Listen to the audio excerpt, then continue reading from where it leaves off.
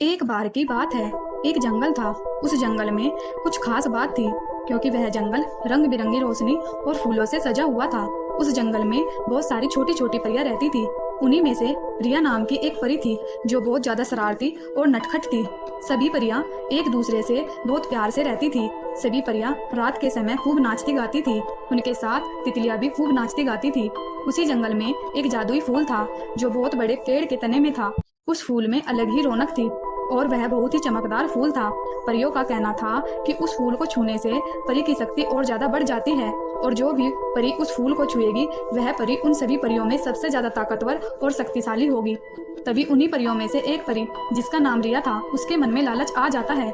वह सोचती है कि वह सबसे ज्यादा ताकतवर और सुंदर परी बन जाए, इसीलिए उसके मन में उस फूल को तोड़ने का विचार आ जाता है। वह उस पेड़ के पास जाती है और उसको अपने तने का दरवाजा खोलने को कहती है।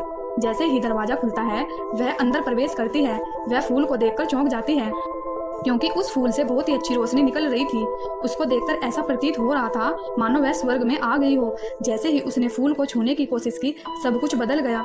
फूल एक पेड़ के आकार में बदल गया और सभी पौधे और फूल इधर उधर दौड़ने लगे। रिया यह सब देखकर चौंक गई और वह डर गई। तभी फूल से आवाज आई, तुम्हारे मन में लालच आ गया है, तुम अपनी अच्छाई के रास्ते से भटक गई हो, इसीलिए मैं अपना रूप तब तक नहीं बदलूंगा जब तक तुम्हारे मन का लालच और तुम साफ दिल की न हो जाओ। और अगली सुबह जब सभी परियां जगी तो उन्होंने देखा कि फूल का रंग बदल चुका है और पेड़ भी बहुत बड़े आकार का बन चुका है और पेड़ के तने कई भागों में बंट चुके हैं।